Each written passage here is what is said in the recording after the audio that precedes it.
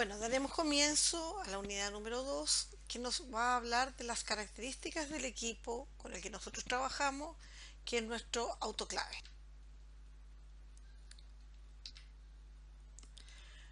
Lo primero que vamos a ver va a ser las clases de autoclaves que existen en este minuto en el mercado.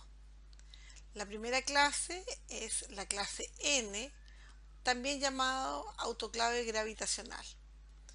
Este se caracteriza porque no tiene una bomba de vacío y es el vapor el que ingresa al autoclave y desplaza el aire que hay en el interior. El autoclave de clase N es el dispositivo de clase más baja porque en realidad es el que tiene menor eficiencia. Según la norma europea, en 13060, desde el año 2004 solo puede ser utilizado como una unidad auxiliar. Donde vamos a encontrar este tipo de autoclaves principalmente en las consultas dentales. Estos esterilizadores, tal como yo les decía, no tienen bomba de vacío, de modo que los instrumentos solamente se pueden colocar acá los que tengan estructura sólida, o sea que no tengan lúmenes. ¿Ya? No es posible esterilizar cartuchos huecos o porosos, ni esterilizar artículos en paquete. Estos tampoco son capaces de eliminar totalmente el aire y posteriormente totalmente el vapor. Por lo tanto, puede ser que tengamos artículos mojados al término de la esterilización con bastante frecuencia. El segundo autoclave es el de clase S, que es una clase intermedia entre el N y el B. Acá se pueden esterilizar instrumentales un poquito más complejos que el que se esteriliza en los autoclaves N. Tiene una bomba de vacío que permite eliminar efectivamente el aire en el interior de la cámara, pero solamente tiene un pulso de vacío, es decir, solo hay una oportunidad para que salga la mayor cantidad de aire posible. Por último tenemos los autoclaves de clase B, que son los que habitualmente vemos en las instituciones de salud. Son esterilizadores de vapor más avanzados.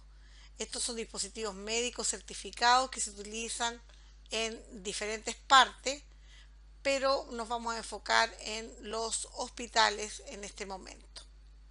Cumplen todos los requisitos sanitarios y epidemiológicos y pueden esterilizar todo tipo de paquetes, incluyendo los más complejos. El prevacío fraccionado del autoclave clase B elimina por completo el aire de la cámara y esta es la técnica más moderna y más eficaz para esterilizar todo tipo de instrumentales. Vamos a pasar a ver ahora las partes del autoclave. Aquí tenemos un esquema del autoclave y hay algunas partes que me interesa que veamos que son fundamentales para este curso, como por ejemplo las válvulas de seguridad, los manómetros de la cámara, manómetros de camisa, la puerta del autoclave, la manija de la puerta, la cámara de esterilización y todo lo que significan las líneas de vapor.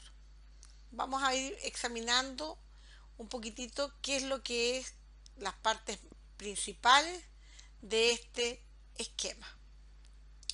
Quiero que se centren acá en mirar lo que es en el rectángulo interno, es la cámara, y por fuera tenemos la camisa, ¿ya?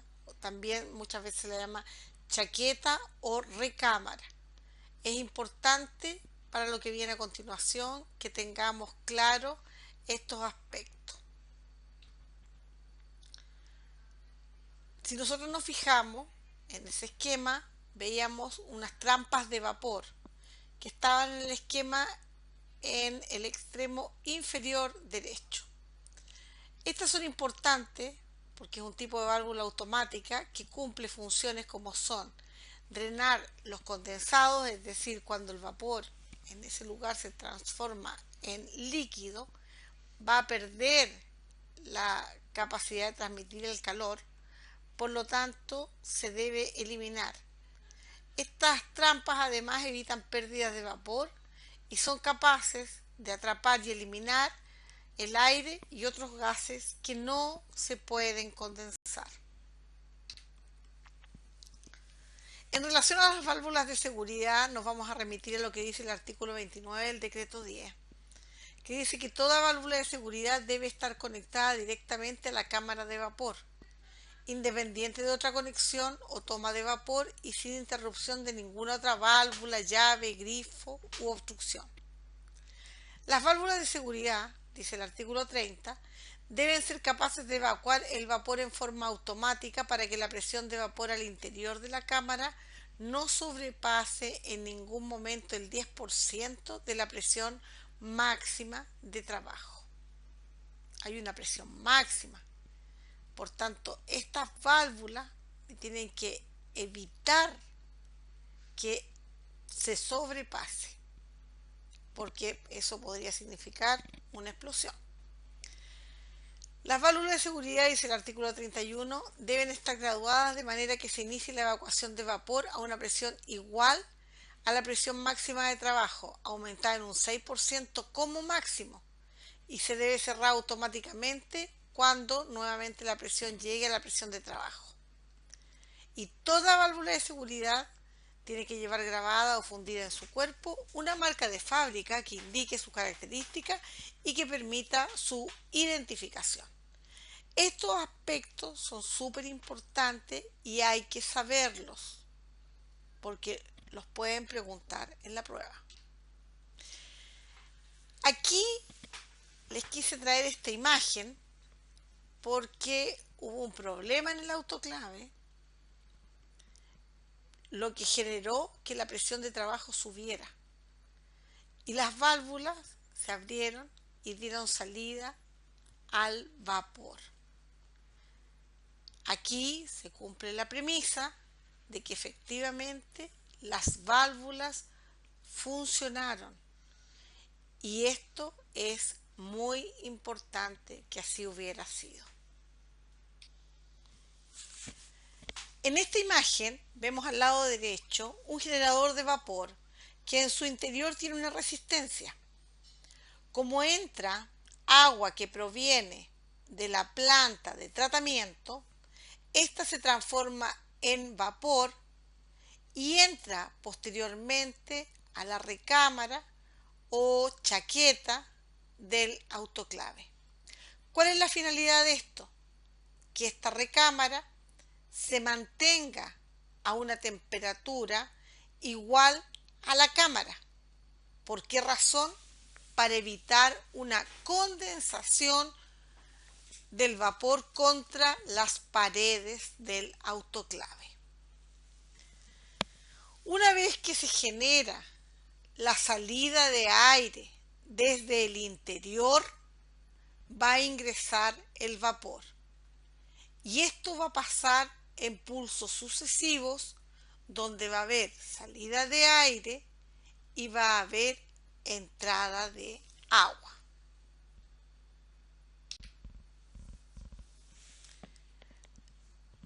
Partes que son sensibles del autoclave es la puerta.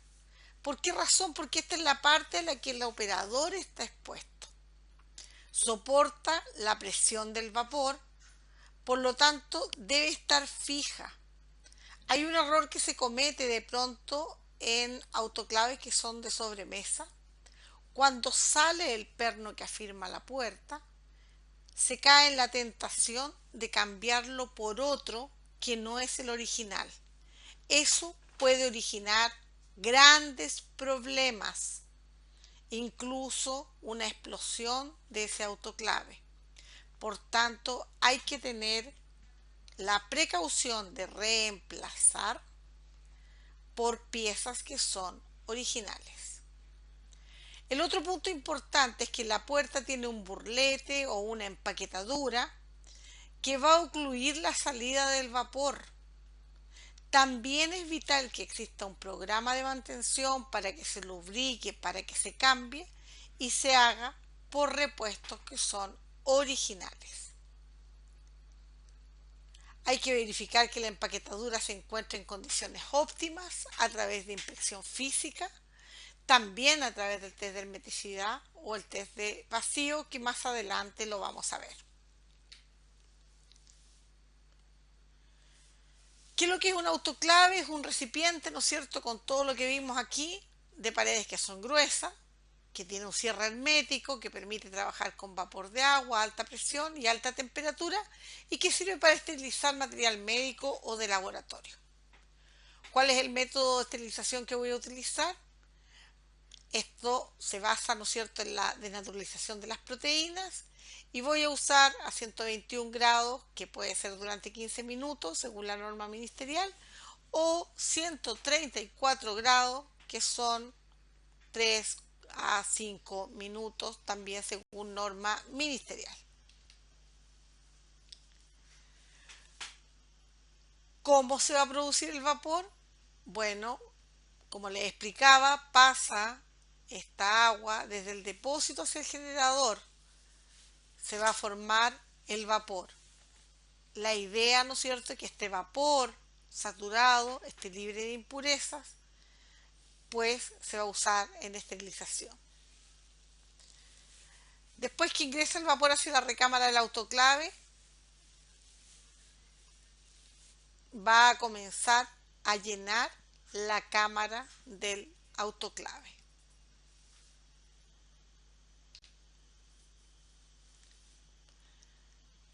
Miren, aquí viene una preguntita, a ver qué es lo que nos dice. Nos dice que en relación a los parámetros de temperatura y presión del vapor de agua es correcto decir que si la presión manométrica sube, la temperatura del vapor del agua baja.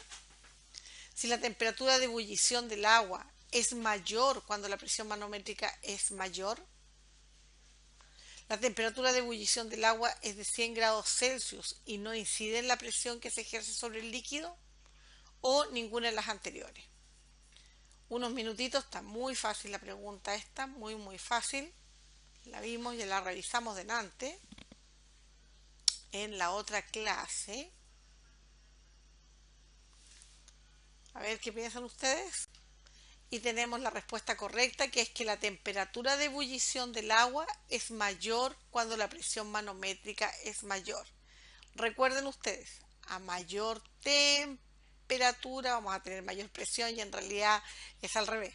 La presión nos va a comandar la temperatura. A mayor presión, mayor temperatura. Por lo tanto, vamos a tener un mayor punto de ebullición.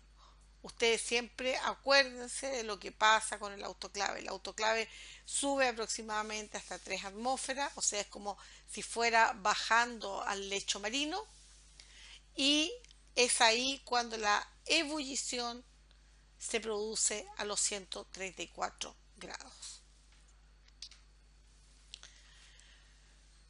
En relación a las etapas del ciclo de esterilización, podemos conversar que en el inicio se cierran las puertas de forma hermética.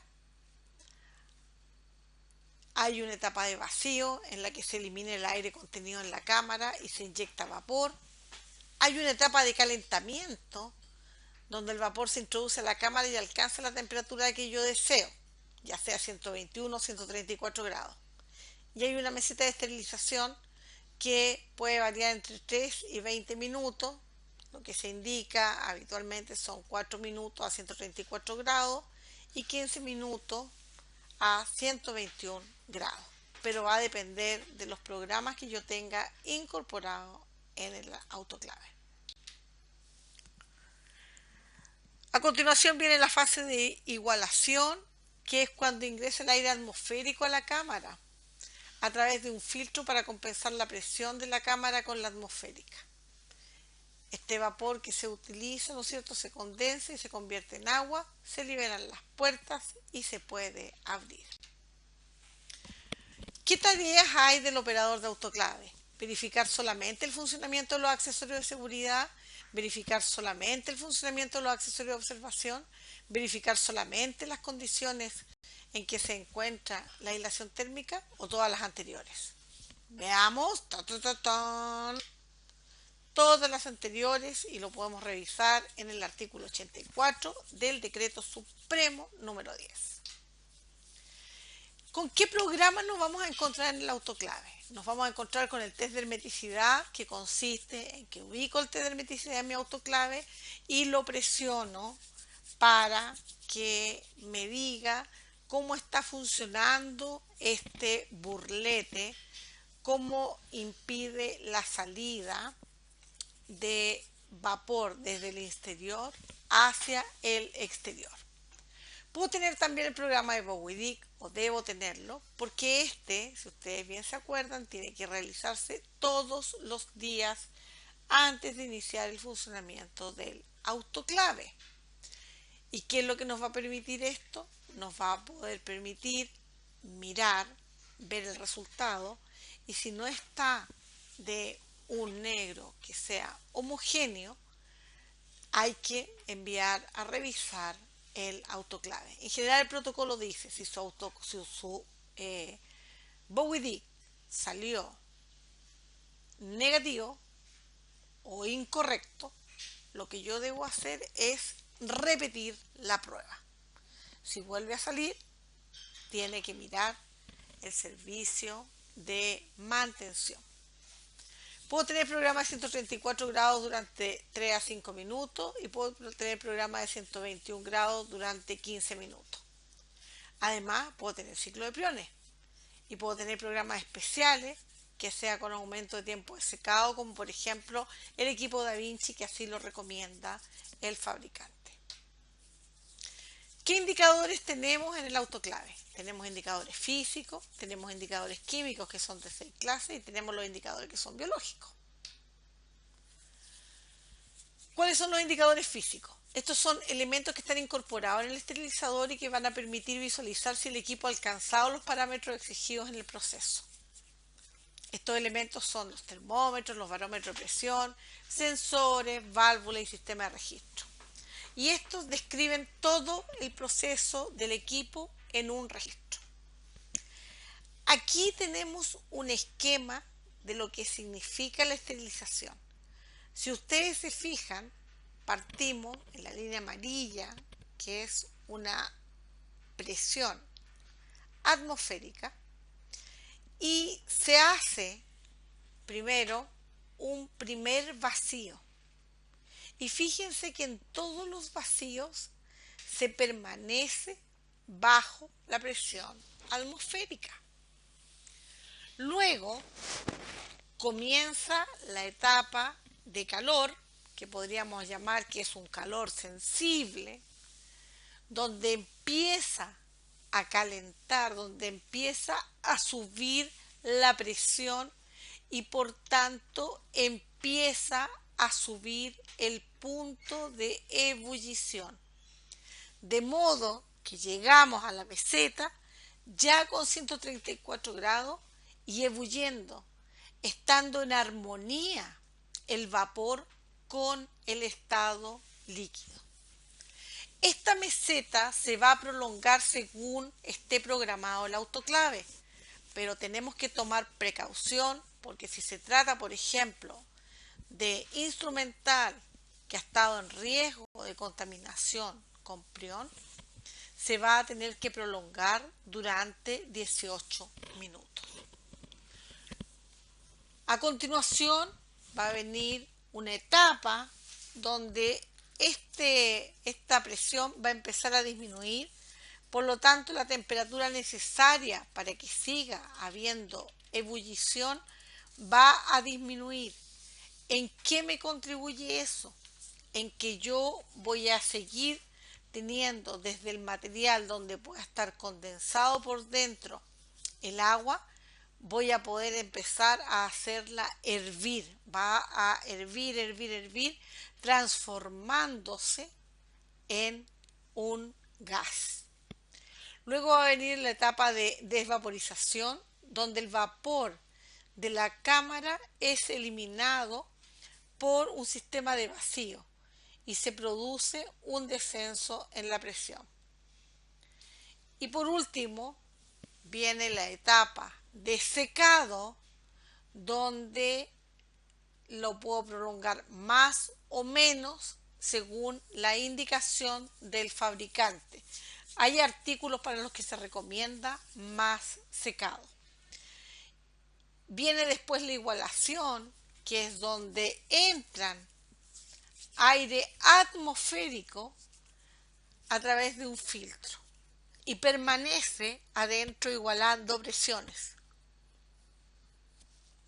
Y luego por fin viene la etapa de finalización, donde se liberan las puertas para que puedan ser abiertas.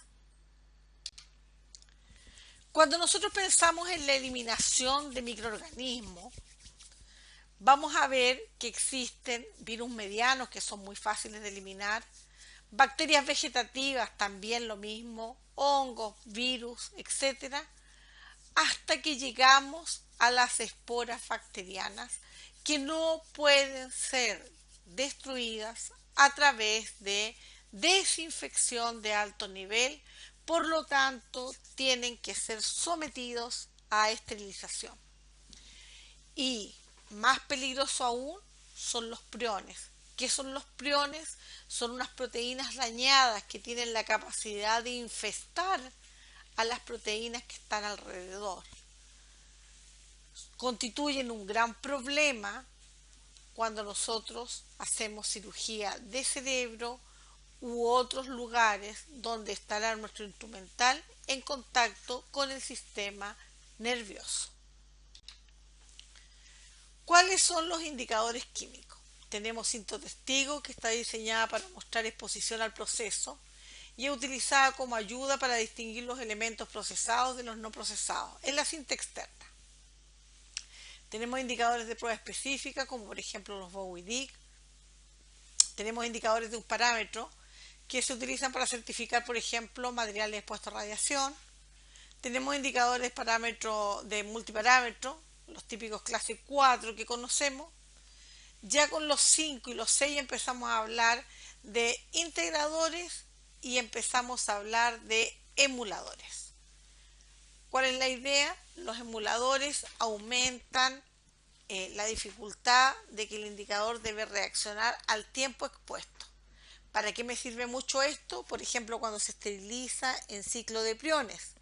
¿Por qué razón es tan importante? Porque la esterilización en ciclo de priones tiene que ser durante 18 minutos y yo de alguna manera tengo que demostrar que efectivamente está 18 minutos bajo la curva de 134 grados. Es súper importante que en todos los lugares donde trabajemos hayan cartillas de viraje. Esto es fundamental. ¿Por qué razón es tan importante? Porque lamentablemente no todos los indicadores son iguales, no todos tienen el mismo viraje y a los mismos colores. Por lo tanto, cada institución tiene que preparar el suyo, tiene que trabajarlo y luego tiene que usarlo. Los indicadores biológicos son un control de carga. Es un proceso mediante el cual vamos a monitorear la carga que coloquemos en el autoclave. Ojalá podamos poner este indicador en un paquete de desafío. Idealmente se debe colocar en el área de desagüe, que es donde existe la menor temperatura en la cámara. Y la idea, ¿no es cierto?, es que pueda ser un paquete igual o similar a uno que se reprocese rutinariamente. Los indicadores biológicos deben colocarse en las cargas donde hay implantes, los días lunes, una vez a la semana, y además después que nosotros hagamos alguna reparación o alguna mantención preventiva en el autoclave. Aquí les traje una imagen de un indicador biológico de 3 horas y ahí ustedes pueden ver que si él es negativo, que queda en moradito, negativo, quiere decir que el microorganismo, Thermophilus, ya no existe. Por tanto, yo asumo que el resto de la carga también está con los microorganismos eliminados. Si resultara positivo el control biológico, entonces yo debería retirar toda la carga que ha sido despachada a los servicios desde el último control que me salió negativo. Les hago un alcance para que tengan cuidado en sus centrales. Siempre fíjense que los indicadores correspondan a la marca y correspondan a la incubadora. ¿Por qué razón? Porque si ustedes usan un indicador biológico de una marca en una incubadora de otra marca, o por ejemplo estos que son de 3 horas en uno que sea de 20 minutos, no va a dar los resultados esperados. Les traje a colación una carga ideal del autoclave y yo sé que ustedes me van a decir sí, pero eso es imposible porque no tenemos cargas homogéneas. Y es verdad y es nuestra realidad. Pero debemos procurar realizar cargas que sean lo más homogéneas posible, intentar no mezclar textil con cajas quirúrgicas, intentar no colocar una sobre otra las cajas o no dejar espacio para la circulación del vapor.